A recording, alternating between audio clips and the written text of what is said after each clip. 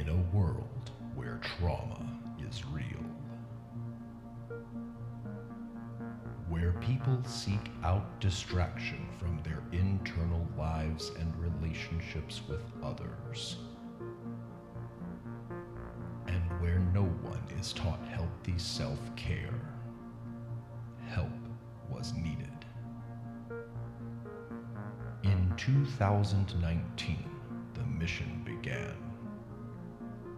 Find a way to help people understand and better their mental health. Seek out ways to explore relationships and how they work. Fight against the stigmas that surround counseling and therapy. And, most importantly, do all of that so you don't have to be a therapist to understand it. Hey everybody. Welcome to Season 2 of Therapist Theater. I'm your host, Josh Treese. I'm a practicing therapist in Music City, USA, and every week a guest therapist, counselor, or social worker joins me here in the theater to talk about a movie that we've seen and what relationships or mental health issues it highlights. This week's guest is Jenny Black. Jenny is a licensed marriage and family therapist here in Nashville and practices at Come Alive Counseling. She's also the founder of Media Trauma Care. Thanks so much for downloading today's show. Make sure you subscribe so you don't miss any future episodes. And while you're doing that, help other people find the show by giving it a 5-star rating and writing a review for it in the podcast app. I've got this ailment? My doctor, a shrink that I used to go to all the time, he says that in 50 or 60% of the cases, a pill really helps. I hate pills. Very dangerous things, pills. Hate. I'm using the word hate here. About pills. Hate. My compliment is that when you came over and told me you would never... All right, well, you were there. You know what you said. Well, my compliment to you is, the next morning, I started to dim the lights, raise the curtain, and start the previews. Welcome to the theater.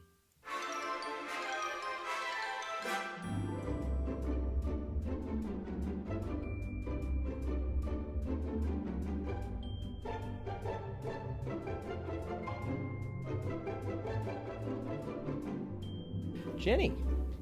Josh. Welcome to the theater. Thank you. I'm so glad to have you here today. I like to start every discussion with my guest with the question, why therapy? Why is it that you do what you do? Well, I had my first answer when you sent that question in the email was, I remember going to a job fair in like 9th or 10th grade and being like, well, I'm not going to be a doctor. And I'm not going to be a scientist, which I think those are the same things. White coats, maybe. Yeah. Just going around the room being like, I can't do that. I can't do that. I can't do that. And then there was a therapy booth, and I was like, I can do people. There was a therapy booth at a job fair? It wasn't even a job fair. It was like 10 people coming to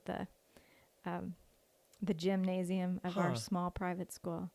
And really it was elimination. Like, I think this is the only thing that I can do. So I think I'll do that. But now again, this was in, oh my goodness. So this is in late 80s. And I mean, the thought, mental health was not a conversation. It was not. So even saying that was like. Regular health was barely a conversation. Right. Great point.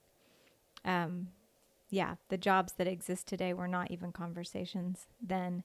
And I remember thinking, I can help people. Like, I can help people but I can talk to people. I can listen to people and I can talk to people.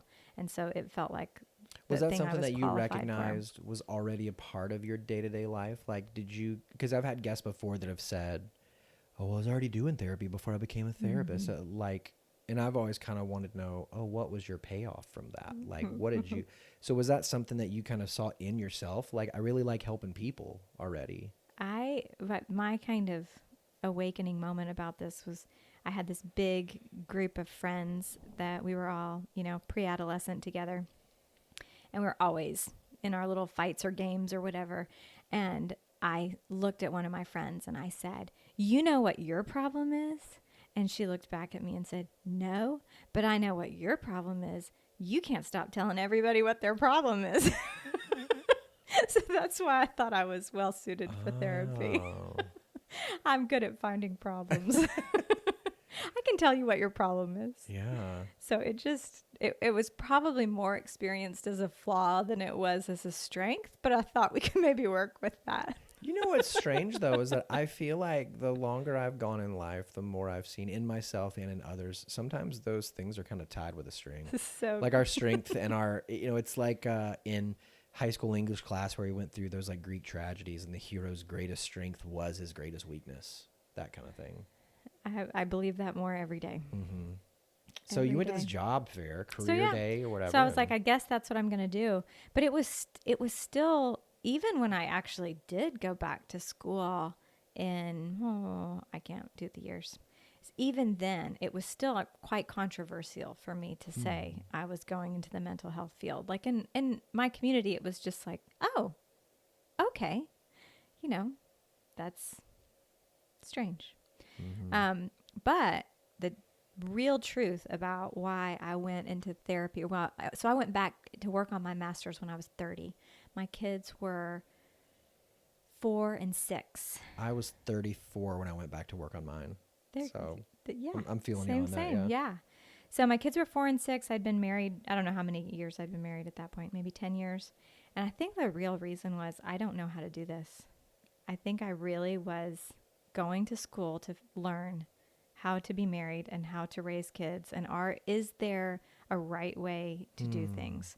And I would say before I went into therapy, I really thought there was. Like I was going to find out some answers. I was going to go to school and take my notes and I was going to do this freaking thing right. Had you been in therapy as a client before you went for your master's? Yes, I had been. Okay. So you had a little familiarity. You had done some personal work. Yeah, I had. I thought I needed to learn a whole lot more about it. Okay. So I really do think more of it than anything was, I want to figure out how to do this. Like this is the most important thing in my life. You wanted to take the back off the machine and see how it was wired. Yeah. Yeah. Yeah. I had that in me too. Do you Enneagram? Yeah. Do you have a number? I am on paper a 2. Okay. You say on paper. Yeah, because I have lots of. In the real world, is it something different? So I've been doing Enneagram work for many, many, many years. Oh. Probably longer than I was in therapy. Like I was doing Enneagram work maybe 20 years ago. Well, I only know enough to be dangerous and not enough to help. So like. So it's been an amazing tool. I will say the most amazing tool has been for my husband and I and our marriage and our work. Mm-hmm. I'm a 2, he's a 3. And we met when we were in high school. So we've really grown up together. Wow. And our little 2 and 3 combination had gotten into quite a pattern. And I mean, the Enneagram, we would get the Ennea thoughts for the day. We'd get them in the morning, have our coffee, and I would read mine, which those, have you received those thoughts? Are you familiar with them? Yeah, I mean, I'm familiar with it. I don't get them anymore. I think I got them for like a half second, and I think my wife still gets them, which my wife is a 2. Oh, wow. I'm a 6. Very neat. And I was asking about yours because I was trying to see if you had a message that was similar to mine, where there's like knowledge can bring me safety or security. I mean, it's somewhere in there. Yeah. It's somewhere in there, for sure. I also had my grandparents growing up had very, very volatile marriage. And as a little kid, we would have family trips that would get canceled because they weren't getting along. So I really think that's when I decided to be a therapist. Like, somebody needs to fix this. So Wow. we can have, so I can go be with my family. Yeah. And all spend time together and love each other. So you got into grad school at 30. You were like, I got to learn, I got to figure out how these things are wired together. I got to see what I can take from this. Where did you go from there? So I really loved being in grad school in the middle of that early parenting and that 10 years of marriage. It was like when I was learning the stuff that I was learning, it was so relevant and important and like, oh my gosh, I didn't see that. Oh my gosh, we do that. I mean, it was just this really, really rich time for me. It was not, other people would be in the class like, oh, I'm so bored. And I was like, are you kidding? This Oh, yeah. stuff could freaking change your life. Yeah. And I remember telling my friends, this should be the stuff they're teaching in Sunday school, not the Da Vinci Code. Because I don't know if you remember, there was a season where like Yeah. every Sunday school class was on the Da Vinci Code. Yeah. Which even then I just kind of thought, you guys know it's a fiction book, right? It's in the fiction section at Barnes. You really want to like... Which I am so proud that so many churches are doing a lot more relevant Yeah. things like this. But I knew early on, as soon as I was learning all of this stuff, like this has got to be more accessible to the people who need it. And everybody can't come get a master's class. So I love what you are doing, just making therapy accessible to anyone wherever they are. Yeah, I mean that's the goal. And you know, I hope that as people listen to the show, obviously this is not a substitute for therapy. My hope is that it wets your whistle enough to where it gives you some good things, but it kind of spurs you on to continue finding. Well, and also, just with bonding, I told you before we started recording that my family is obsessed with movies. And it's an amazing, like, the role that movies play in our family is not small. Like, when we just watched Flatliners this past week. And Which one? the old one. Is it the first one? Then the new one doesn't count. It's The old one. And just this, like, the conversations that we have, having shared this experience and taken it in and what we all saw, is a huge part of our, we're bonding, we're attaching, we're having our own opinions and thoughts and experiences about things. It sounds like grad school was very beneficial, not just on like a clinical educational level, but like on a personal. And that's really my story as a therapist. I am, I even will tell my clients, I don't invite you to do things that I haven't been willing to do myself. And if I am, like, if I'm speaking into something that I don't know what I'm talking about experientially, I will say, okay, I don't know what I'm talking about, but I have learned about this. And this is what, the research shows or whatever. But I really do lead with my own experience. Yeah. And that. But I'm sure there's got to be like not everybody has the same story. So you're gonna have to hit places like that where you just haven't walked. No, but I think it's more about my tendency to pursue ideals over what's humanly possible. And I was gonna loop back to that. I think that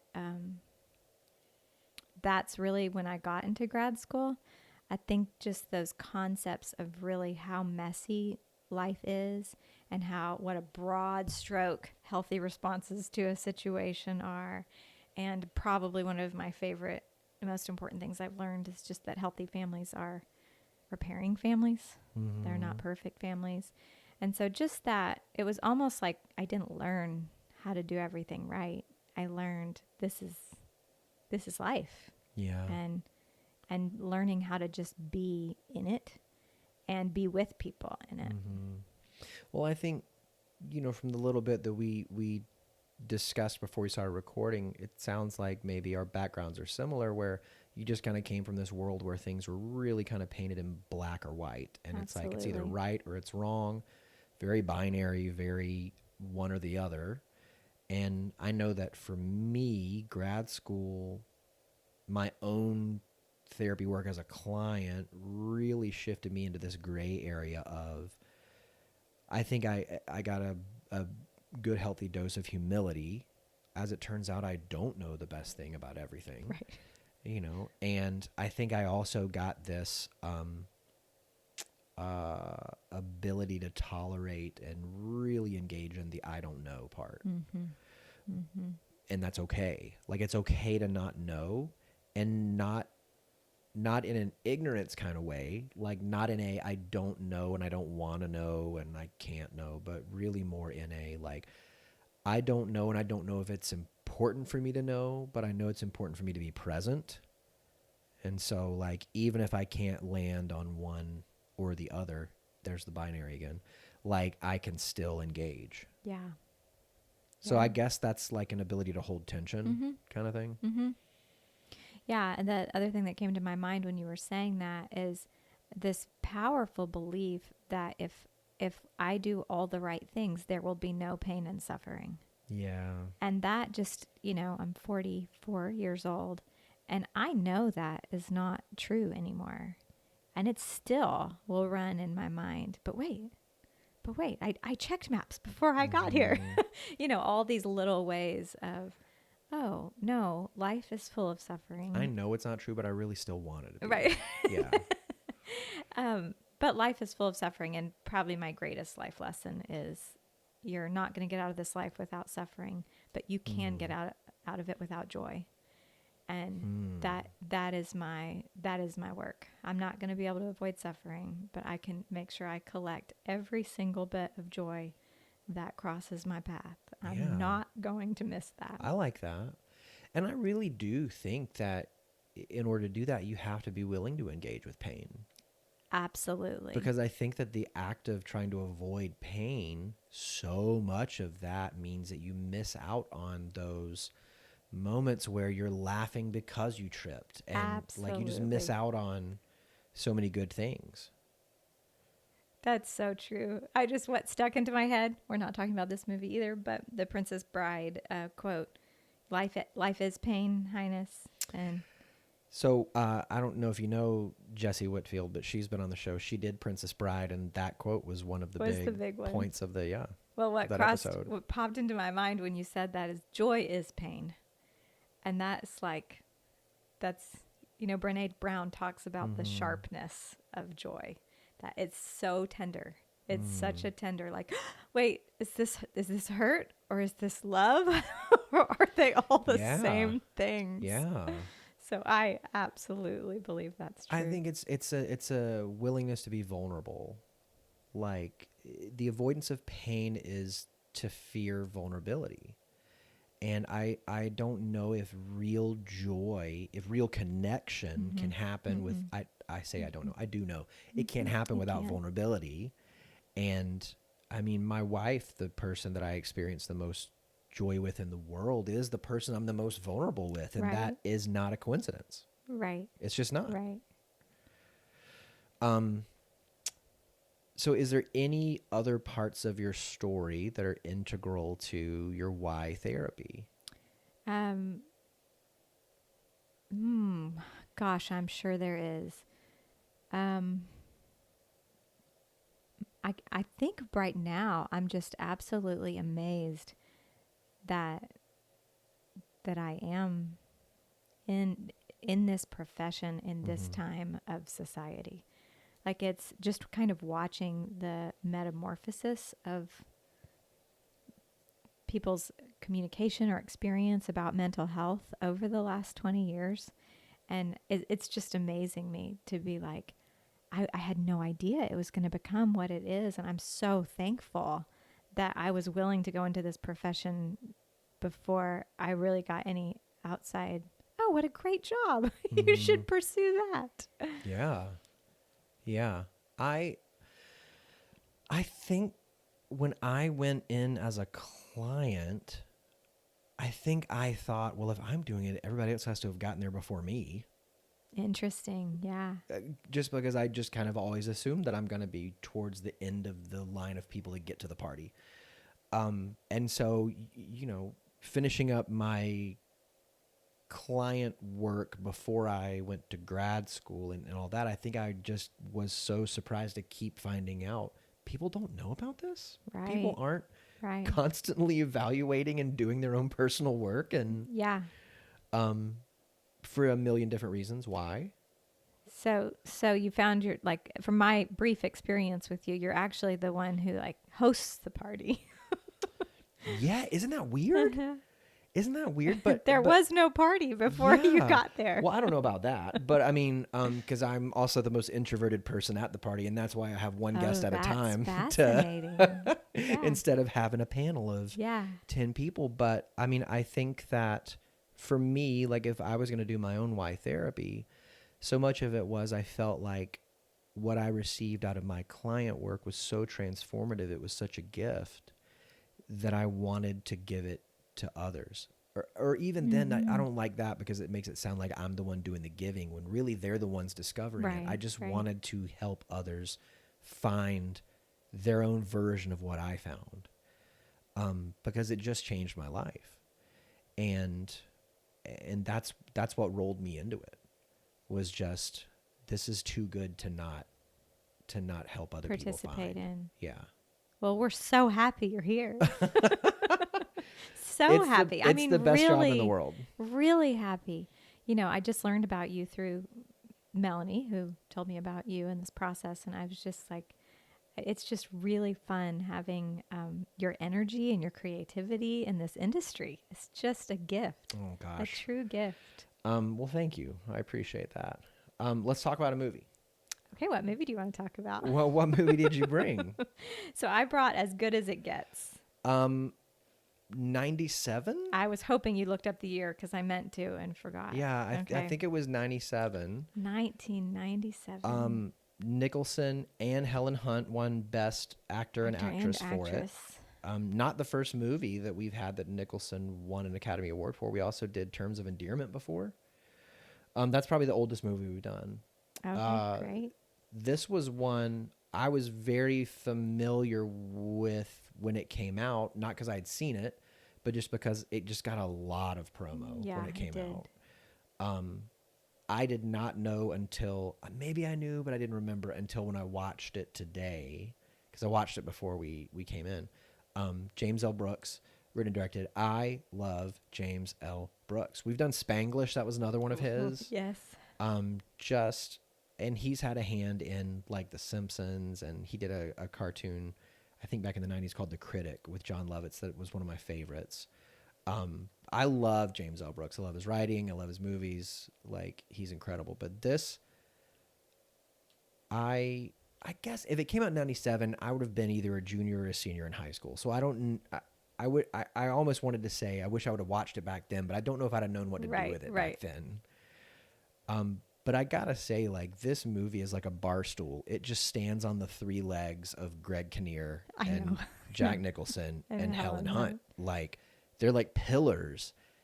And it's like the character development of these three people in this movie is incredible.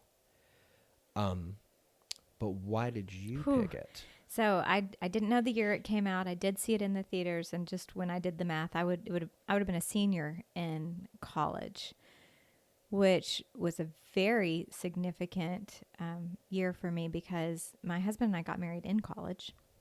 So we'd been married 2 years, and before he graduated, and then he took on a full-time job, and I ended up commuting for my senior year in college. So we had this really, crazy about each other romance. And I mean, even after we got married, we were in college, we were the little married couple, and we just really, really had a great relationship and dynamic. And when he started working full time and I was commuting, it was like just such a break in our intimacy. I mean, just break, which I couldn't even put into words, of course, back then. Do you think that was literally the time that you spent apart now with the differing roles and jobs? Well, I don't. I think he got into a job that he was absolutely obsessed with. Loved this job more than anything. And so it kind of was his new love, really.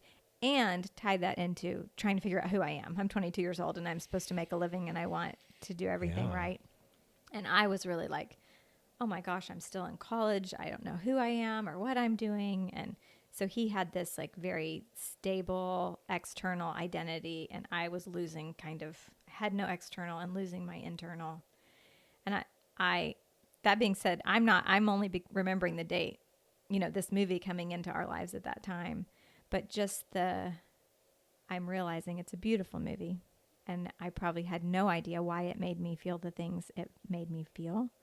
I have, ever since I've seen it, said it's one of my all-time favorite movies, and am just now realizing in the way that happens in life, I think it was probably introducing me just to the idea of how imperfect this all is, how imperfect all of us are.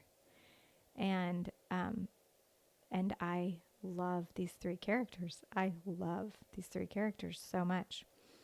And so yeah, that's my first time I saw the movie. I've seen it many times since then. What is there anything in particular in the movie that stands out to you? Scenes or themes or? Oh yeah. Okay, so I took notes. Perfect. There's a scene at the beginning where, first of all, I'd never watched it as a therapist before, so that was like fascinating. Do you have trouble like when you watch movies now that you're trained? No, I am not. I don't listen to people or watch movies or anything with a therapist's mind. Wow, I that's am great. like, hey, that was fun. Yeah. And then when I'm with people are like, oh, I bet you were analyzing. I was like, no. There's some stuff, I think I might go the other way. I have trouble turning it off sometimes. Never with people, but like with movies and shows. So there's some movies and shows that I can't enjoy because it's like there's something. My wife and I have become obsessed with The Bachelor and the Bachelor franchise. Fascinating. This season has been like, I have wanted to light myself on fire because there's just so many terrible dynamics that are happening where people are just railroading others and are like trying to transfer their shame through anger and Yeah. I'm just no, like, I cannot do anything reality. Yeah. Like that's not an option for me, probably because of that. Like Yeah. Can't do that.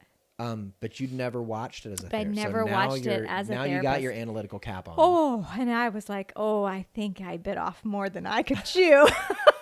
If I'm supposed to be a professional about this, I definitely would refer out. Yeah. Well, I always just tell people like, hey, don't get, pretend like we went and saw a movie together and we're staying out by the car talking about it afterwards. And it just so happens that we're therapists. Right. We don't need to pull out the DSM and right, diagnose exactly. anybody. I was like, oh no. But there's a scene at the beginning when Greg Kinnear, who's an artist, has a model coming in that he's going to paint. Are you trying to think of their real names or their? I'm terrible at it. Simon. Yeah. So Simon is painting his artist, and he says to him, if you look at someone long enough, you'll discover their humanity. And you just wait and watch, and they'll turn and look in a certain way, and then you'll just see it. And so I ask them to freeze at that point, and that's what I paint. And that was like really, really powerful to me watching it this time around, because what I know as the person who's seen this movie before is that he's going to be one of the people that beats up Simon, like puts him in the hospital. And so it's his perpetrator who he's saying this to, and how he's capturing that moment. It's a beautiful picture. You see the picture of what he captured. And then apparently this was a planned attack or robbery. Did we ever find out why? No, I didn't. It And I seems really so kind of dug random. for it this time. And it doesn't even seem like Simon has many things in his place Right. that are Valuable. Yeah. And it's not like he wore really expensive clothes where if you saw him, you'd be like, that's my mark. I'm going to go after him. Yeah. No, have no idea why he was the mark. And, but you watch the artist who's played by Skeet Ulrich. Yeah. He was in Scream. He's been in some. Scream, yeah. Everybody thought he was going to be the next Johnny Depp until he wasn't. I know. My husband was listing out the amazing actors that were in the movie to sell it to my daughter, and he was like, Skeet Ulrich.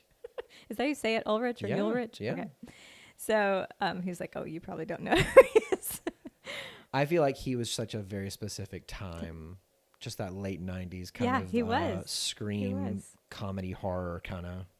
and then nothing else. Well, when his friends come in to do the attack, I don't know if you noticed this part, but he stands by the piece of art and he keeps looking at it. And he's like, you can see this moment where he's like, who am I going to be? Who am I going to be? Am I going to be that person that was in the art? Or am I going to go on with the plan that we were going to have? For a second, I almost thought that maybe he was, because he kept trying to get Greg Kinnear to not go to a certain place. I thought, oh, is he trying to almost protect him and get this stuff stolen, like kind of the have your cake and eat it too kind of thing. Yeah, I thought that too. I wondered that. Till he couldn't Yeah, what anymore. were his motives? So I feel like that's really the theme of the whole movie. Is if you look at someone long enough, you'll discover their humanity. But something that I had a lot of trouble understanding in the movie was why people put up with Melvin. Melvin? Melvin, Yeah. yes, you got it. He was such a terrible person. And I kept almost thinking, all right, we're going to find out something that was a trauma for Melvin. Like, we're going to find out something that broke him, and that's going to be what helps us soften up to him, helps us understand him. I don't remember getting anything like that. Did you have a moment? Did you ever soften to him? The closest I got were the most famous line of the movie that he says to Helen Hunt, Carol, you make me want to be a better man. And when he says to Simon, you know, Simon lost his place. Melvin moved him into his with all of his stuff, set it up beautifully. And Simon told him, hey, I really love you. And he said back to him, you know, man, if that did it for me, I'd be the luckiest guy in the world. And like those two lines, and it might be because those two lines are such a mismatch from everything else he says in the movie. It was, yeah. Like, he says some of the most vile, hate-filled things I have ever heard to Simon. When I was watching it this time, I said to myself, he's like the internet. Like, I mean, it's as if he like thought of every outrageous thing you could say to make people hate you.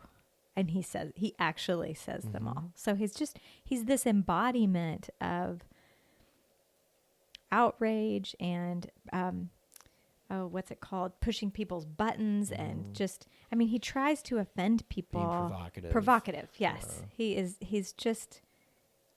terrible. I mean, he really is a representation of what interpersonally the worst of humanity could be. You think he's just afraid of intimacy? Like, he just felt like being alone is the safest? And that's why he pushed people away? Well, so I think that, you know, he has OCD in the movie, and I think that it's just all about being in control all the time. Like, if I'm in control, I'll never hurt. I don't want to be loved. I don't want to love. Nothing. Like, I don't want But any. why? That's what I wanted. Oh, okay. So the why did come. It was so subtle. I'd never heard it before. This time Oh, I must have missed it then. I mean, it's fair that you did. So, when the three of them are taking their road trip to find Simon's parents, he said, Simon says to Carol, do you want to hear what happened with my parents? And she said, yes. And she pulls out, she yes, said, I want to pull over so I can give I'm you my full attention. Pull Yes. over so I can give you my full attention. And of course, Melvin is so jealous of any attention she's giving to anyone other than him. He can't stand that she's so fully focused on Simon. But he says, you want to hear about pain? And he starts saying, you don't even know the beatings that my dad gave me. You don't even whatever. And what I so love about, I mean, to me, Helen Hunt's character's got to be one of the best she represents the best of humanity if he represents the worst. And so Melvin is starting to say, you don't even know about trauma. I'll tell you about abuse, whatever. And she just holds up her hand and she's like, we're not talking about you right now. So Yeah. you get a glimpse, you know, like you said, people who behave like that, they're not born behaving that way. Yeah, well, I mean, I think that's something that I've been honing in on in the past, I don't know how long, year or so, whatever, is that there's always a payoff for people for the things they do, even if they can't articulate what the payoff is. So, like, he was a bastard and, like, OCD and all that. He was getting something from these things. Whether that was perceived safety and security or whatever it is, he was getting something. And so sometimes with like my clients, if they can't figure out why they're doing something, I'll ask them what they get out of doing it and almost try to come at it backwards. Yeah, that's so good. I think what I saw this time, he's like locking the door the 7 times or tapping his foot or whatever. He could decide what those rules were, like, okay, if I do it 14 times, that's what makes me feel safe or in control or whatever. I think that there is just very few better ways to control people than to have them scared of you all the time. And so it kept those variables managed. Yeah. It's one theory. I don't think I understood why people put up with him.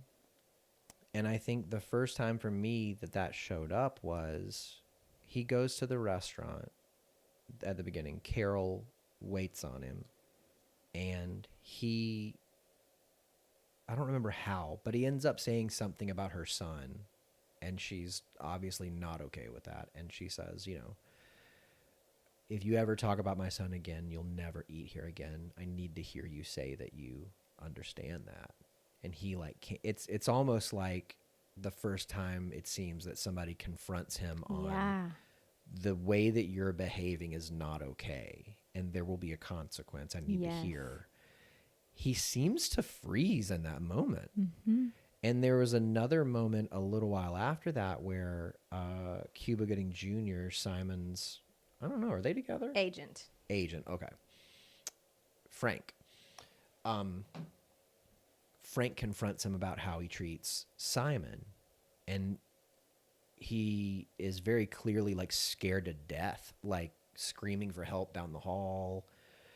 And it's these weird moments of, like, people are terrified of him until they're not, and then he's terrified of them. Yeah, it's like the baby behind the bully. Yeah, but I don't know. Carol seems to spot something in him earlier than anybody else because she softens first, I think, and I can't for the life of me figure out why. Because he's still kind of being a butt to her in the restaurant, and yeah, I love everything about Carol, but I do think it has something to do with her son. So she's lived however many years her son is old, 6 or 7 years old, with this incredibly frail life in her hands. And which is like asthma or it's something like something asthma. different. Obviously, it seems a lot more volatile, like severe, because they keep going to the emergency like he could room, die. not just we need a new inhaler. Right. So I think it has something to do. I don't know. This is what's happened to me. My son's 20, my daughter's 18, and something that's happened to me since I've had them is that every time my kids get to a certain age, that age in the world is now I see like that could be my son or daughter. Mm-hmm. Like there's this like global experience of, oh, that could be my son, that could be my daughter. And so I wonder if that's part of what it was really her heart of just, he's somebody's child. And she just had more, I don't know, more awareness to even be able to, like, accommodating him. Like most people wouldn't accommodate with your special silverware or whatever, but she was used to accommodating. Yeah. Like, have you ever seen Lars and the Real Girl? yes. We did an episode on that. That was another one that I did not like the first time I saw it. And then after doing the episode, I was like, oh my gosh, I love this movie. I love that movie. And I don't know. Maybe that feels relative to me. Like, I don't know if they accommodated Lars, but they certainly went along with Right. what was happening. And then I don't think that it worked itself out. I think by going along with it, he was able to work. Yeah. Yeah. So I couldn't do what Carol did. Maybe it was just that, even if we can't figure out why, because she was the first person that chose to not necessarily push him back. Maybe that's what brought about this baby step of change in him. Right. I am most impressed with her intolerance of his unacceptable behavior. Like that was so impressive to me that she could say, I can stay with this.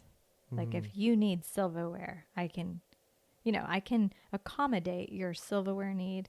I can accommodate you want your fried eggs and bacon not touching.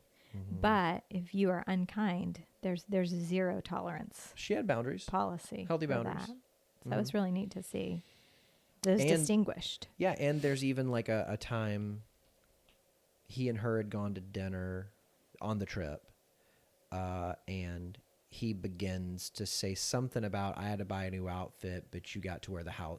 Like, he's basically like putting her down, and she just starts to get up and pack, like, not pack because they were at a restaurant, but like grab her purse and start to leave. And wait.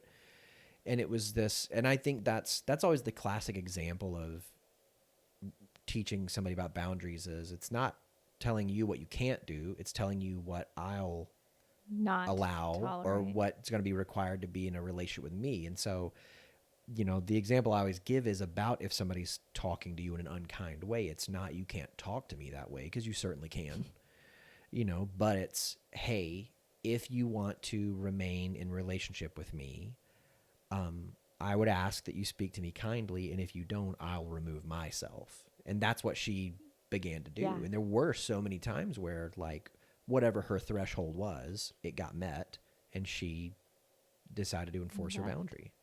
Well, and that would be fun. I would love to do a little boundaries lesson just from this movie, because I think part of the extremity of how terrible he was would be a really good, like, okay, if someone said that to me, which most of the time that isn't the exact kind of boundary we're setting, but still you get this picture of, okay, I could say that, or okay, that's what it means to take responsibility for yourself and what's acceptable or not acceptable for you. But Melvin even, like, tosses Simon's dog down the garbage chute, which at the beginning I thought that was his dog, because it's just him and the dog in the hallway. Right. And I'm like, oh, this is kind of like, I think it was it Bruce Almighty, where he runs the dog down, holding him out, and he's peeing, because that kind of happens too. And he throws him on the garbage. My jaw dropped open when that happened, because I'd never seen this before. So, like, I mean, I thought, oh my gosh, he threw the dog and sometimes in, like, a big city, it goes down to an incinerator. Gosh, of like, course. not, He could have died. or maybe at our apartment in Brentwood, it was a compactor at the bottom. Oh my gosh, yeah. Yeah, when I was watching it, knowing we would talk about it, I was thinking, who could ever like this person? Who could ever, like, he's an intolerable person. Like, That's what I kept thinking. Is like, why are they there? So, okay, this leads me to desperation, right? I mean, they were both, Carol and, who's our other Simon? friend? Carol and Simon had both been, they were at the bottom of their own barrels. Like, Carol's with her son, having to stay home, not being able to work, and her son's not okay. Simon's lost everything. He's depressed. He's, basically handicapped at that point in the movie. He looks like Frankenstein in the hospital. He does. And then when the next scene he doesn't, and my husband was like, well, that was a fast recovery. But I think it was just absolute, like, who's the person who's there when nobody else is? And what a horrible person to be the person there when nobody else is. And yet what is one of Carol's quotes that I really loved was, there were extraordinary kindnesses that did take place. Mm-hmm. And they're just these glimpses of, I mean, you're watching after seeing that scene where Simon's painting his art, the model, you see those glimpses of Jack Nicholson. You're like, you are a terrible person. And then he says or looks or does something and you're like, oh, you're a human. There's a human in there. Well, that makes me think of a question that arose in my mind while I was watching this. It seems like the beginning of a movement towards a relationship is Carol having to stay home with her son, and Melvin ends up with a different waitress one day, and which he doesn't want. So he finds out, where is she? He asks the busboy, what's her last name, which the busboy was in Remember the Titans. Yeah. And then he goes and tracks her down or whatnot. He ends up, Harold Ramis. So it was his publisher's husband as a doctor. So he like sends him to like check out the son and take care of the son or whatnot, so that she could be free to come back to work. So here he's done this thing that later on in the movie she says, you have changed our lives. This is the best thing anyone has ever done for us. He's done this incredible thing for the most selfish reason that he could have done it. And so I think the question that arose in my mind is, if you do a good thing for a bad reason, is it still a good thing? What's your answer? I don't know. I mean, it certainly benefited Carol and her kid, and she became suspicious. Hey, are you doing this to sleep with me? I need you to know there's no chance. Right.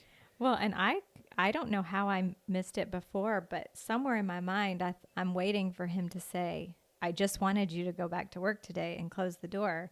And you very clearly see he was really hoping she would sleep with him. Yeah.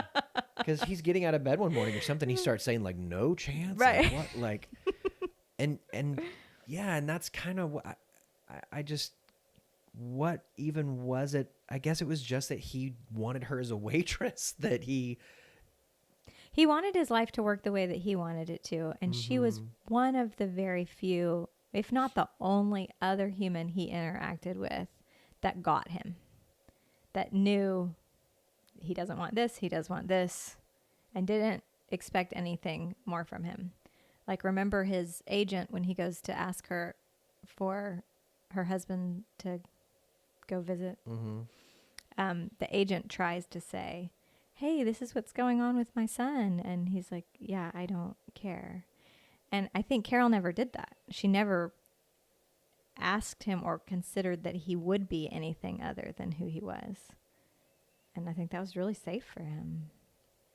I'm feeling overly identified with Melvin right now. Yeah, but that's so yeah, I don't know. Is a good thing done for a bad reason still a good thing?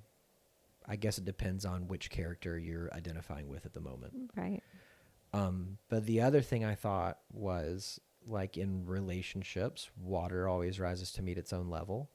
Health is attracted to health. Unhealth is attracted to unhealth. And in the end, she is attracted to him. Like, she does romantically engage him. And I just kept thinking, what's going on in her? I thought, has she come from some type of abusive relationship to where she would accept somebody just being the worst to her, as long as he paid for her son's medical care? Yeah. I think it's fascinating that they ended up together.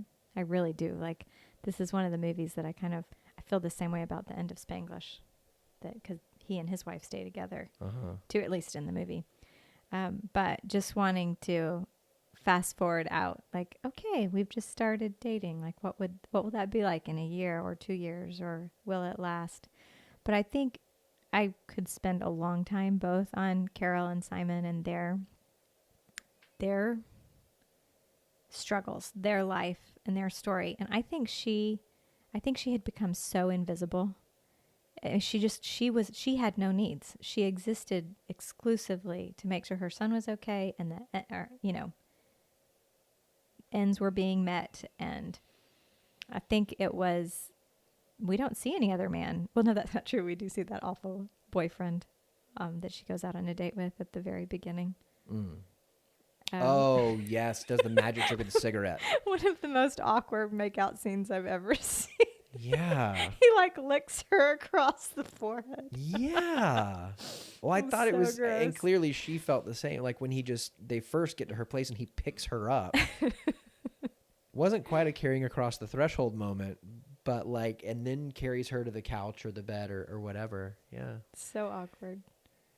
But yeah, I think, and then even that, she gets in an argument with her mom when he's finally better. And her mom's like, we can leave him with the babysitter. We need to go out. And she's just a wreck. She doesn't know how to go out. She doesn't know how to be a person. And so I feel like what really kind of washed over me watching it this time in relation to just the way, mental illness is, Melvin carried that representation of trauma and harm and all of that.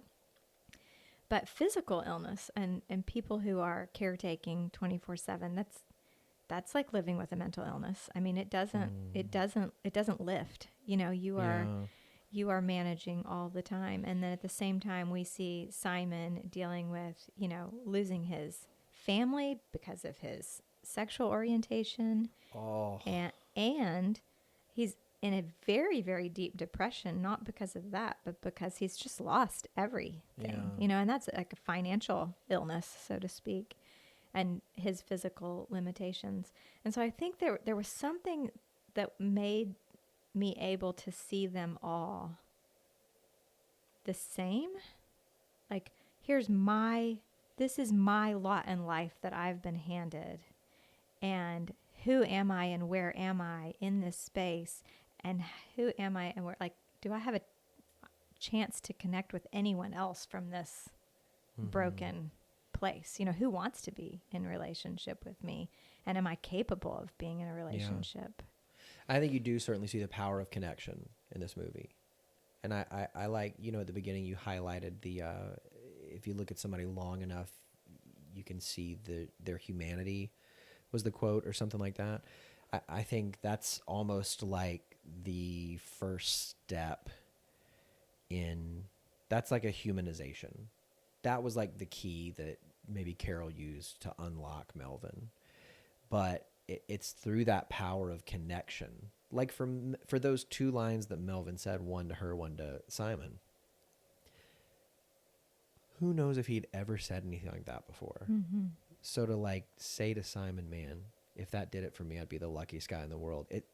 It's like highlighting that he sees something good in Simon, Well, and that leads me back to, I think when he did what he did for Carol, I think it was completely selfish. I think he was thinking of nothing else but himself.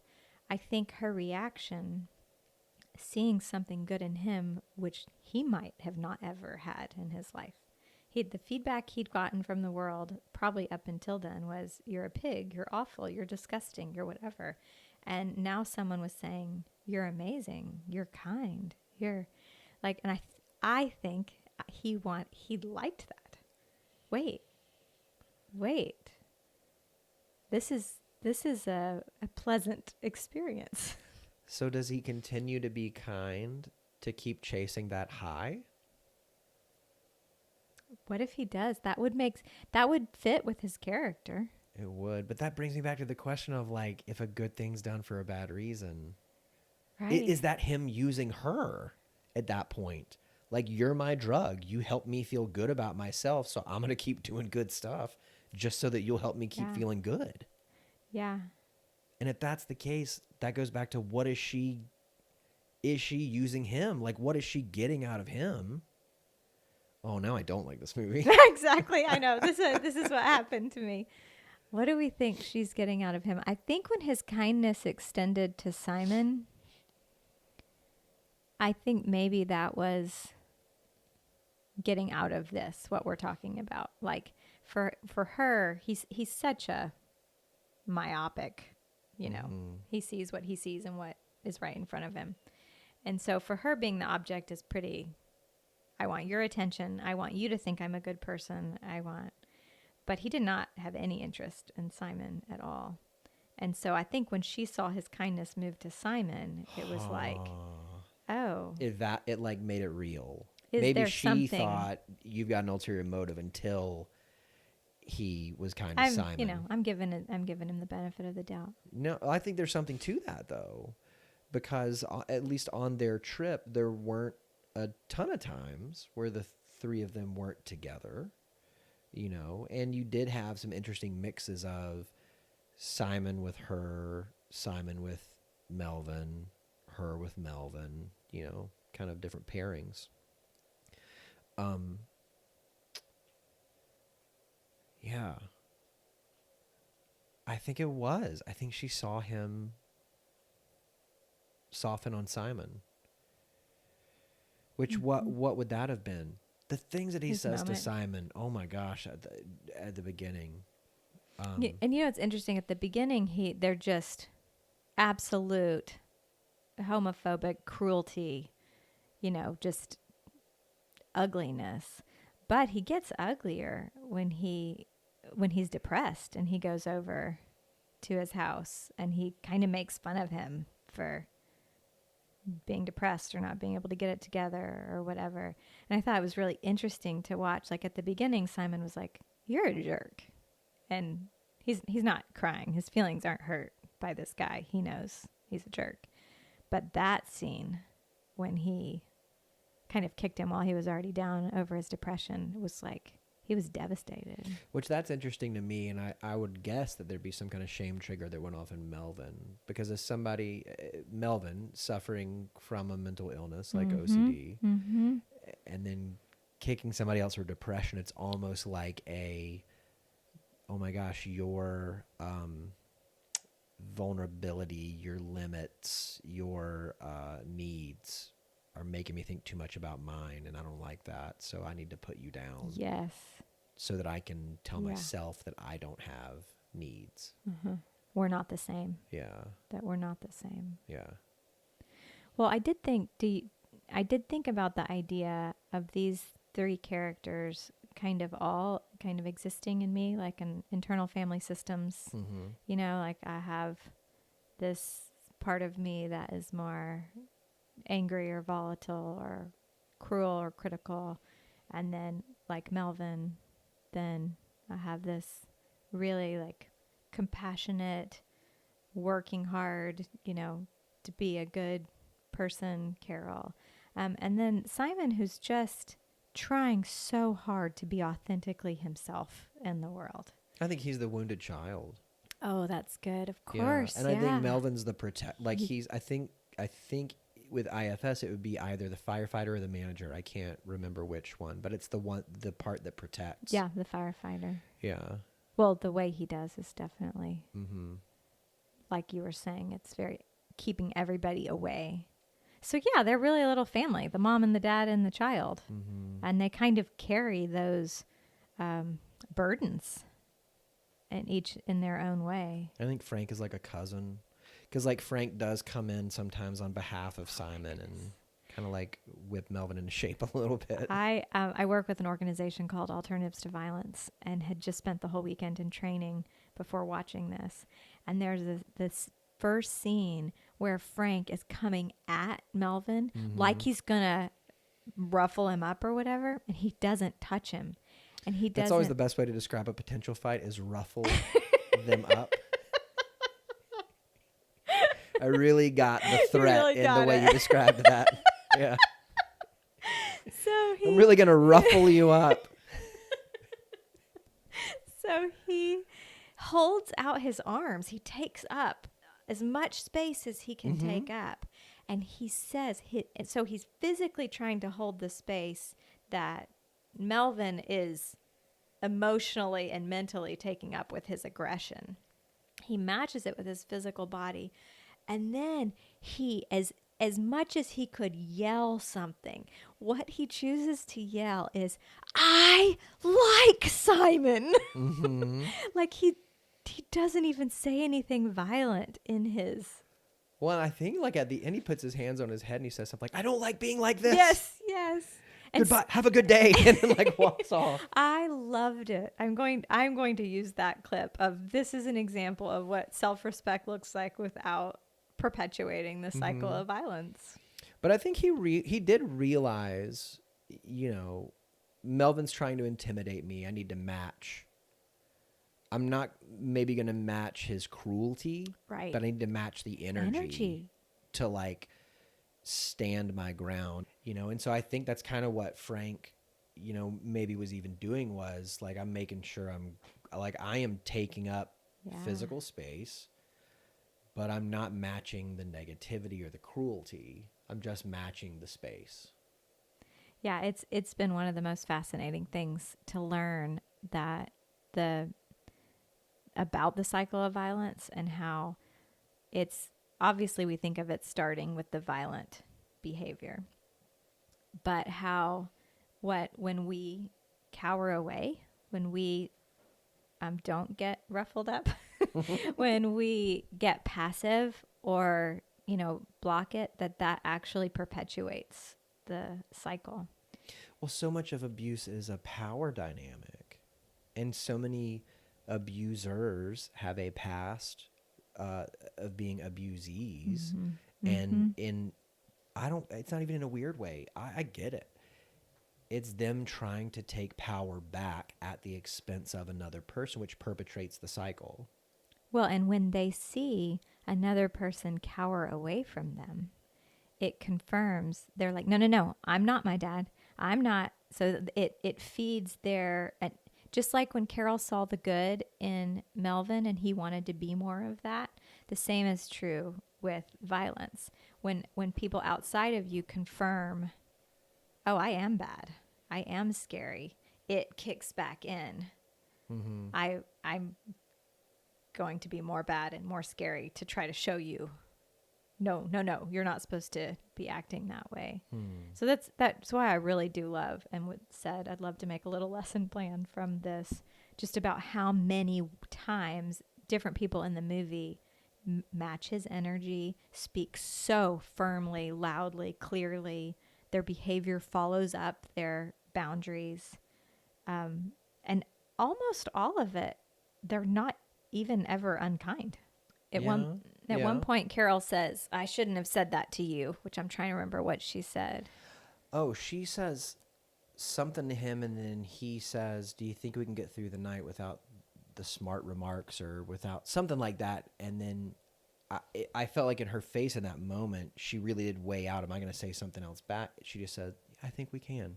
It was almost like she recognized, oh, that was me starting to like kind of match him a little too much like him. I was home for Christmas, I think 2 Christmases ago, and I was having lunch with a friend, and he was telling me this other friend of his, he didn't enjoy hanging out with as much because he was so negative. And he said, I find myself being more negative when I'm around him. And I said, I get that. It's like you're trying to build a bridge of connection, but starting from his side. Yeah. You're trying to start building the bridge by being him, building it over to you. Right. And maybe that's what Carol recognized in that moment was, oh, I'm trying to build a bridge from his side. Interesting. So yeah, we can get through without me making those kinds of comments, because that's not who I want to be. That's not me. I don't need to be you in our relationship. We've already got a you. Right. I need to be me. Right. Because if I'm you, then why am I here? Right. We didn't talk about this at the beginning, but I think it was actually the dog that started changing Melvin. Well, really the bacon, but yeah. No, his love for the dog. Like his, when the dog comes and stays with him in the beginning and he's like enjoying being with him. I can't recall when that shift happened, because he did not want the dog. He did not ask for the dog. Frank literally saw him in the hallway and was like, there's nobody else. You're taking this dog. Which, I mean, why didn't he just throw it back down the garbage chute? Right. Right. But yeah, I mean, I think that the dog was the first other that Melvin decided he was okay being in a relationship and with. I think that's one of the things that we saw that Carol didn't get to see, was that was happening before before he did anything kind for Carol. Yeah. It's another good reason that dogs are the best. I know. But we do see when Simon comes back, Simon feels hurt that now Melvin has a relationship with the dog. And another act of kindness, Melvin says, "You want to know why?" And he pulls bacon out of his pocket and says, "I've always keep bacon in my pocket." So it's about the bacon. It's not about me. But then it actually is about Melvin, because you remember the dog still wants to go towards Melvin, and Melvin's like, go over to Simon, please go to him. Until Greg Kinnear does a Jack Nicholson impression, and then the dog lights up. Which, in casting, they had to have so much fun being like, okay, do your Jack Can you do Nicholson impression, But please. he's one of the most impressioned people do impressions of Jack him. Everybody Nicholson. does, yeah. That's so true. But it did make me think, two things about the dog. I did not think that dog got enough acting credit. I just thought it was the greatest little actor dog. So sweet. It was 3 dogs, I guess I saw at the end. But it reminds me of that C.S. Lewis quote that says, if you don't want to be hurt, don't love anybody, not even a dog. And that was his mistake, was letting the dog into his heart or into his life. Even. Well, that matches what you said at the beginning so perfectly about trying to get all the joy. And how if we spend our time avoiding pain, we can't get the joy. And he did. He loved the dog, and that was the crack in the door that let Simon and Carol get their foot in. Yeah, and he actually cries at the very beginning, because Greg Kinnear comes back and he gets his dog back, and the dog's not there anymore, and he sits and plays with the piano and cries, and he says, "Over a dog, over a dog," and I think that's what he'd been avoiding probably his entire life. Do you have any idea how old he was? I don't think he says it. No. Do we think 60? I would think older. You think older? I don't know. I don't know. I don't know how old he's supposed to be. But anyway, let's say 60s. Yeah. Say he's in his 60s or older. I think that moment, well, I know, if I'm talking about my own story, that moment of the loss he felt when the dog wasn't there was the feeling he'd tried to been avoiding his whole life. Yeah. Like every single thing in his life was to avoid that feeling when the dog left. I wonder if any part of that connects back with his abuse story.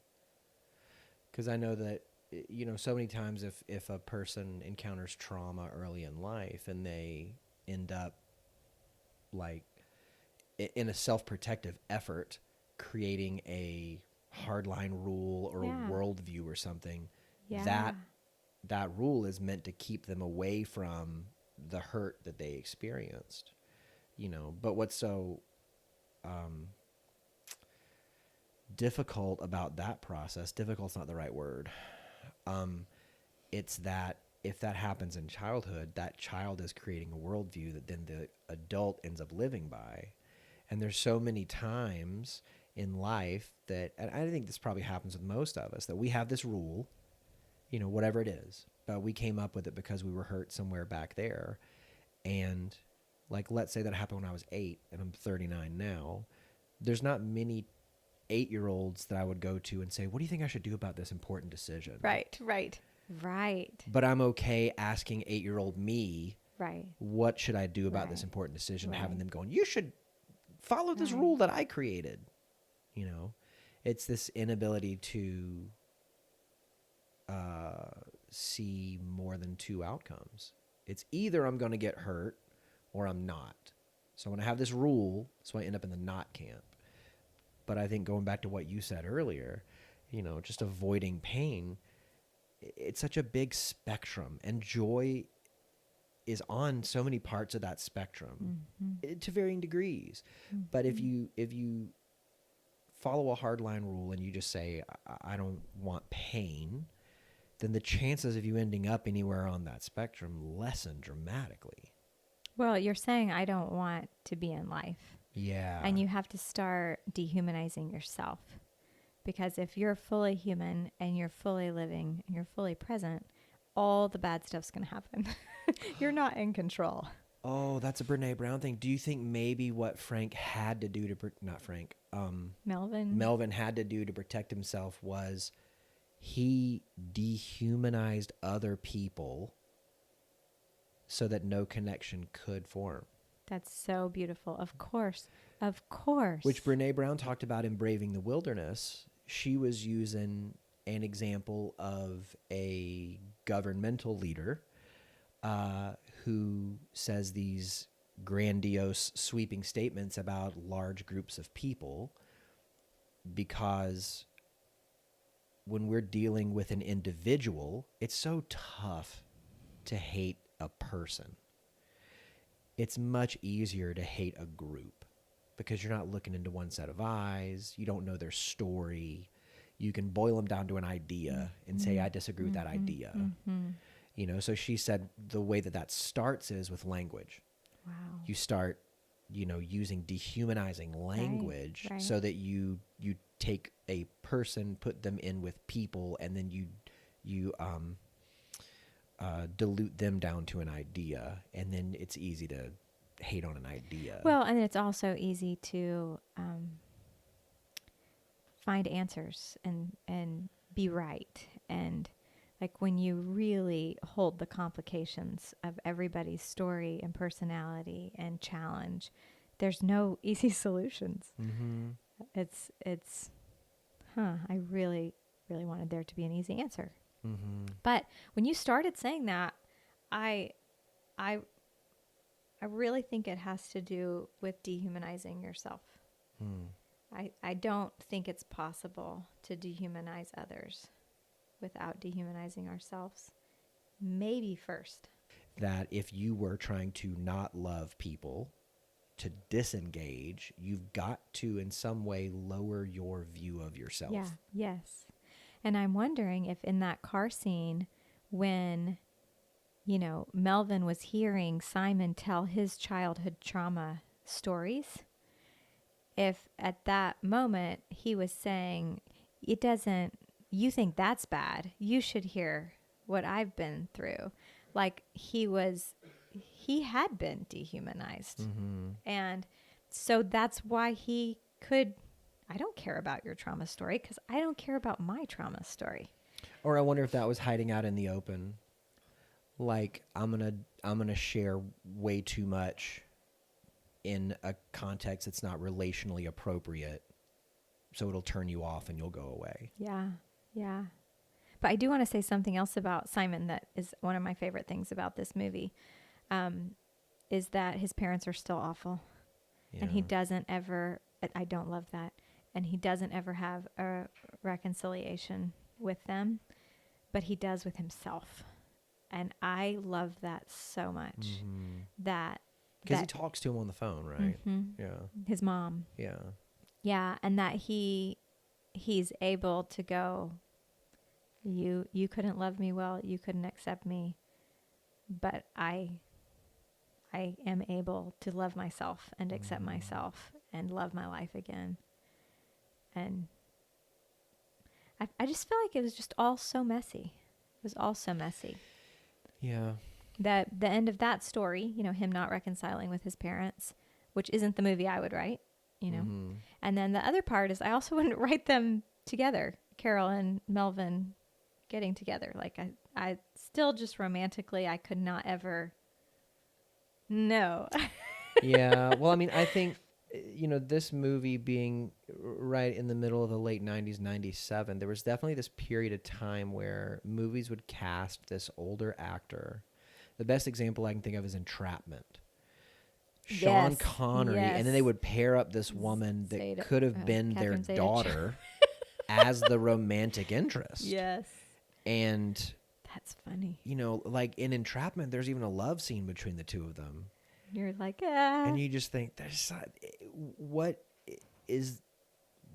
are you trying to do with this? Like, are you just constructing a movie for old guys that can watch and act out a fantasy in their head that a young woman would want them? Like, I don't get the sense that this is that movie. This doesn't give me Entrapment vibes. I don't know. Maybe, I mean, you know, Nicholson and Hunt won Oscars for this. So maybe it was literally they got the best actors for the roles. And Right. it just so happened that they were decades apart in Right. age. But I mean, that, and I don't think that I see that, although I've gotten worse about seeing new movies. I say worse. I just got married and we have a budget. Like, that's really yeah. And you're watching a lot of old movies. Yeah, now that's for true. because That's of this. true. When I did write movie reviews, I remember one year I saw 64 new movies Oh in a my year. gosh. And I probably watch that many now. They're just not in the theater. They're in preparation for the show. But, you know, I don't get that vibe that this was all in Today. service of some Right, kind of like right. old guy fantasy in this movie. But it goes back to that question that I had earlier of like, water rises to meet its own level. So like, if we're just taking their characters, you know, what's Carol? Is she just so changed by this kindness that he showed her? You know, I don't know. Well, okay, that leads me to another one of my favorite quotes in this. And this is when, you know, Melvin is basically trying to ask her forgiveness and profess his love to her at her apartment. It's like the middle of the night at Carol's apartment. And Carol, oh gosh, what does she say? Why can't I just have a regular boyfriend, one who doesn't go nuts on me? Like, just go on. And the mom, who just barely ever talks in the whole movie, goes, everyone wants that, honey. It doesn't exist. Yeah. And I think so. Now I've been married 25 years, and we've got a long, hopefully another 75 years ahead of us. Like, but even though 25 years is a good chunk of time to be married, we could still have twice that left. You know, I mean, and just seeing that. I think what stood out to me this time, what through these three characters of mental illness, physical illness, and depression and trauma. I mean, he was beat, so he had a physical incident happen. Is that life freaking happens to us? It happens, and it doesn't stop happening. Like, just because you heal your childhood trauma doesn't mean you're not going to be in a tornado the next week. I mean, life is going to keep on happening. Which, I mean, our town just experienced at the beginning of the week. On, what was it? Monday night? Early Monday. Or early Tuesday. Early Tuesday. Early Yeah, Tuesday. midnight-ish Tuesday. On Tuesday night. So there, something, just the end of it, when I was watching, like, all of them navigating these external or internal traumas, challenges, difficulties. It was like, can we find each other? Can we find each other? Can we hold hands? Can we go, this is as good as it gets. This is it. This is life. There is no better story. There's no better movie that for my life that I'm just missing out on right now. This is my movie. And today my movie might have depression in it. Today my movie might have severe mental illness. Today my movie might have an accident or a natural disaster. This place of humanity finding humanity and reaching out and connecting to each other and being like, oh, this is it. Mm-hmm. Not a life free of this stuff, but the phrase she said, the kindnesses that happen. Yeah. The glimpses of kindnesses that happen in all of that. Well, and I think that, you know, before doing my own personal work and certainly before getting married, I used to think that marriage was going to fix any unhappiness or dissatisfaction I had in my life. You know, that Jerry Maguire, you complete me kind of garbage. But I think what I found, you know, and what's strange is that I was getting my training as a clinician, And then my wife and I started dating, and we got engaged and married before the training was over. So I had, in the scope of those 2.5 years, experience as a single person getting trained, a dating person getting trained, an engaged person getting trained, and a married person getting trained. And I think what I ended up kind of coming to, and then as I think back through the training, it just backs it all up, is it doesn't fix anything. I'm just not alone in the anything. And it's the connection, to go back to a theme from the movie, that brings so much joy. Because when, that's another line from Lars and the Real Girl, is life comes at us all at once. When life comes at us all at once, I know that I can always look to my right and Leanne is there. And that is a tremendous joy to have that, to have my person. Yeah. Okay, what do I think marriage is? 100% what you just said. I think the thing that's different for me at this many years is all the people we've been, from like when we started dating, getting married, to who we are now, and not just like that we changed, that we were these different people over time, but that like we've been through some really, really hard things, and they change you. Well, but you guys getting married in college, I thought I knew everything in college, and it turns out I knew nothing. Like when you said you got married in college, I thought I couldn't balance a checkbook in college. I still can't balance a checkbook, so. But I mean, I think it would be fair to say that you guys have changed, because, if you got married at 19 or 20 or 21, I mean, physiologically, your brain's not even done growing yet. Well, and I was joking with a group of my friends this weekend. I was saying how they were accusing someone of, oh, you're allowed to do stupid things in college, and I was like, oh, I didn't do anything stupid. They were talking about getting drunk and making very foolish decisions, and I was like, oh, I mean, I didn't do anything stupid in college except get married. Like, what does that show about the developing brain? But I'm like, 18, let's do this. Did you get married when you were 18? Oh my gosh. And I went to college early, so wow. yeah. I mean, we definitely were a different species too, but just the reality that you don't know how you're going to respond to when life comes at you all at once. And I think for me now, it's not just that that's the person beside me and that he's my person. It is that he is literally getting to feel that in sickness and in health, in richness, in rich or poor, whatever, all the other one, like knowing that, like, oh, it's not, this doesn't have anything to do with, was I nice today or mean today? Was I, Well, you have empirical evidence over a quarter century and to show that there's just nothing like that. And I truly believe, which is why I picked this movie, that is only possible when you really lower your standards. Did you write that joke down? What? Did you write that joke down? Did you plan that joke? I didn't. Because for yourself and for your partner. And I think that's what I love about, like, this speaks to like the lowest, like it starts at the lowest. Well, let me push back on that. Go for it. Because I hear the principle in what you're saying, but I think the language could be damaging. I don't think it's lowering your standards. I think it's acceptance. Absolutely. I think it's self-acceptance, and I think acceptance of the other. And I was just saying to a client the other day, and this came out of my own personal work.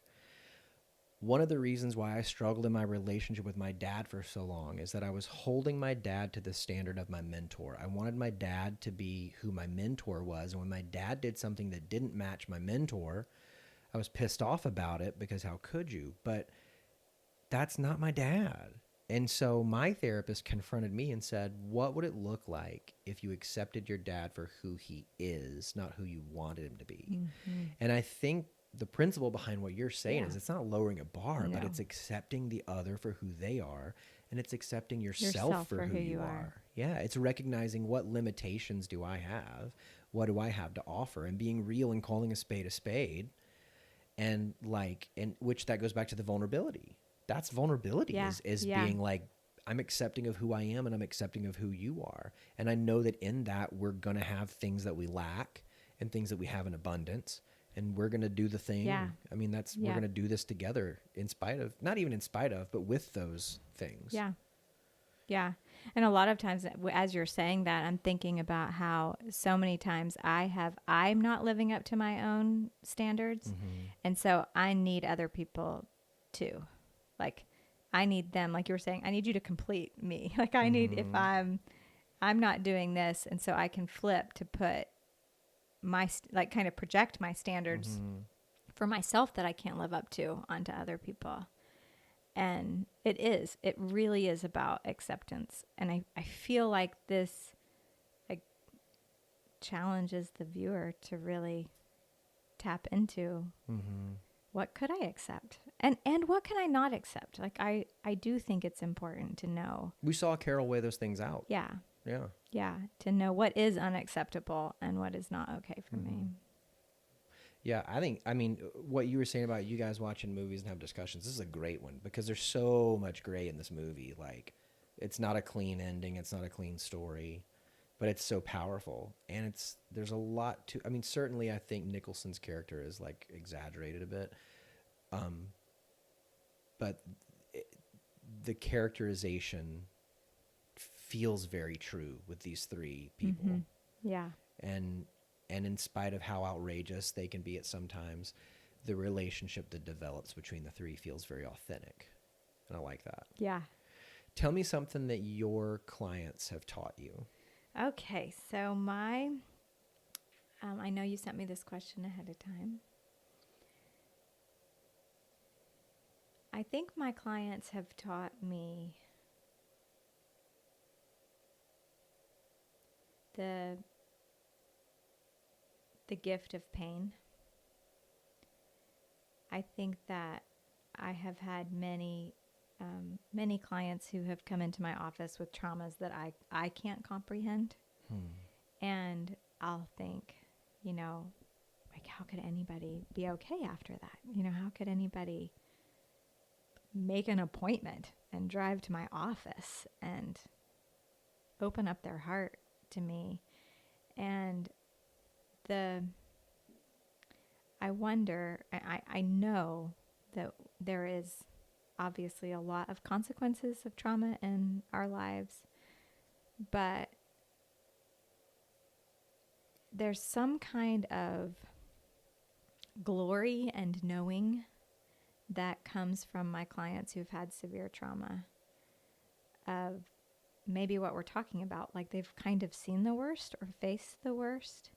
And so there's some availability of being open to the amazing things that are happening. Well, it sounds like perseverance. Yeah. And even perspective. Like once you've known that kind of pain, knowing when it's not, like knowing what it's like when somebody does love you and seeing someone talk. That's a great example. I have a client who's in a loving relationship for the first time in her life, and watching her be like, this is what it's like. This is what it's like. And there are things that I've had in relationships my whole life, and I've never thought to be like, wow. Well, it sounds like a Isn't that sense of beautiful? awe, like Yes. a sense of Yes, wonder almost. they bring a sense of wonder into my life for things that I could have ignored, not seen. And that sounds like such a beautiful reminder to you. Like, you talked about your desire to pursue joy, to be able to sit with and be inspired by people who are encountering new joys in what maybe you might consider to be the mundane now, after being married for 25 years. To see them, I wonder, does that ever, I don't know, inspire you to look at the mundane and be wowed by it again? Absolutely, for sure. Wow. Tell me something that you do to take care of yourself. So I think one of my favorite ways to take care of myself is to go thrift shopping. I love thrift shopping. Do you play the Macklemore song? In my head. I wish I had it in headphones. I've never been a shopper. It's not my thing. I'm also very frugal. I'm an underbuyer. I don't ever have enough of anything that you're supposed to have to make life work. And just discovering thrift shopping has made me like two things. Like if I buy it and I don't want it anymore or it doesn't serve a purpose, I just give it back to the Yeah. thrift shop. And they're usually the places I go are nonprofits. So it's like I just got to donate to this Yeah. place. And that's just one of my favorite Did things. you know you can thrift shop online? Shop.goodwill.com. No, I didn't. Yeah. I didn't. I had a buddy I used to work with who would get lots of antique cameras Oh, how fun. from Very shop.goodwill.com. fun. I think it might be a bidding system, maybe. Oh, interesting. Like eBay meets Goodwill. Mm-hmm. Oh, that could get serious. That Yeah. could be an Olympic sport. Yeah, it'll flare up your competitive spirit. Right. Yeah. So let's say that somebody's listening to our conversation today and they feel like they could connect with you and they'd love to see you as a therapist. How can they get a hold of you? So as a therapist, the best way to get a hold of me is through email, which is jenny@comealivecounseling.com. Very cool. Anything else you want to plug? Yes. I have a little book called Inner Technology, How to Be Human in a Digital World, that is being published by the Refuge Center, and you can get a copy of that at therefugecenter.org. And then I have another website called mediatraumacare.com, mediatrauma.com, that basically is all about taking care of yourself and having a healthy digital life. Wow. That's cool. It's been pretty Is fun. your book in hard copy? Is it digital? It's a paperback little Okay. book. Yeah. Very cool. Yeah. Awesome. Jenny, thank you so much for coming. It Thank has you just been for the biggest having pleasure. me. What a treat. Yeah. Nice. Thank what a you. treat. Thanks so much, Josh.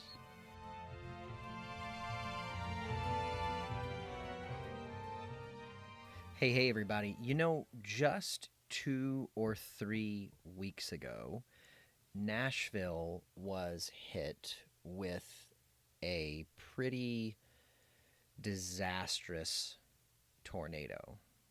And even in saying that, I recognize that I said pretty disastrous, and it's like I'm trying to soften that. Like, it was terrible. And I know that 2 or 3 episodes ago, I asked you guys if you felt led to donate or contribute to help Nashville's recovery efforts. I gave you a place that you could go and do that. And now, this week, we are in the midst of a global challenge with the coronavirus, COVID-19. All of us are met with something that has interrupted our daily lives and is motivating us, asking us, calling us to make changes for the good of ourselves, the good of our families, and the good of our global community. And that is something that, rather than, our nation or our country looking to one place and contributing or helping in the recovery of, that is something where we as a society, where we as a people will need to help each other. This is not a challenge that is limited to one town. It's not a challenge that's limited to one country. This is humanity is facing this. And so I know that we're all making changes. This past week, I shifted my private practice to completely online video telehealth counseling, which thank goodness the technology exists. It basically allows a client on their end to receive an email with a link in it. They click the link, It brings them to a private, secure, encrypted video chat with me.